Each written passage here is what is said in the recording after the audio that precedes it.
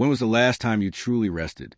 I'm not talking about lying in bed with your phone in your hand until you fall asleep without noticing, nor about that afternoon break spent watching videos you can't even remember later. I'm talking about real rest, deep, the kind that brings peace, the kind of pause that not only relaxes your body, but clears your mind. Because if you've been waking up tired, even after 8 hours of sleep, the problem isn't sleep. It's your soul crying for help. We live in a world that glorifies being busy. If you're not producing, chasing something, checking off tasks, it feels like you're wasting the day. And then comes the guilt of lying on the couch, the guilt of not replying to that message right away, the guilt of not doing something useful. But let me tell you a secret hardly anyone talks about. Being useful is not the same as being alive. We confuse distraction with rest, but they're very different things. Spending 3 hours hopping from video to video may look like rest, but you end up more empty than when you started. Playing video games for 6 hours straight might numb you, but it doesn't fill you up. It's like putting a leaky bucket under a faucet. Water falls, but it never fills. And when you stop, that strange feeling creeps in. Tiredness, irritability, emptiness, because what you needed wasn't to escape. It was to reconnect. True rest is something we've forgotten how to do.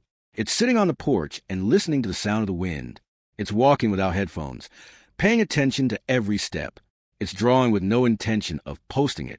It's writing just to vent, laughing just to laugh, turning off your phone and simply existing. It's saying not today with no explanation. It's the kind of rest that doesn't get likes, doesn't boost your status, but heals you from the inside. And you know why it's so hard to rest? Because we learned that rest must be earned. When I finish everything, then I can rest. But that moment never comes. The task list multiplies. External pressure adds to internal pressure, and rest becomes almost a crime, as if taking care of yourself is selfish, as if stopping means weakness. But let me tell you something. You don't need to destroy yourself just to then allow a break. You don't need to hit your limit to validate your exhaustion. You're human, and every human being needs rest, not to stop forever, but to keep going whole. So here are some reminders you might need to hear. You can schedule your rest, like you schedule a meeting, like you mark an appointment. You can say no to an invitation without feeling guilty about it. You can turn off your phone for an hour and the world will keep spinning. You can laugh at silly things, dance for no reason, nap in the middle of the day. You can simply be without producing, without proving anything. Resting isn't wasting time. It's catching your breath.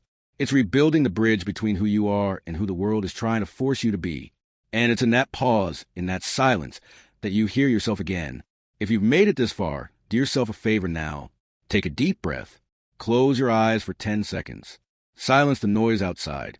And listen to what you're feeling inside. You are not alone. Everyone's tired, trying to seem strong. But eventually even the strongest need to sit down, breathe, and say, "Today I choose to take care of myself." And if this touched you in any way, save this message. Send it to someone who's always hard on themselves. And remember, you're not lazy. You're exhausted. And resting is also an act of courage.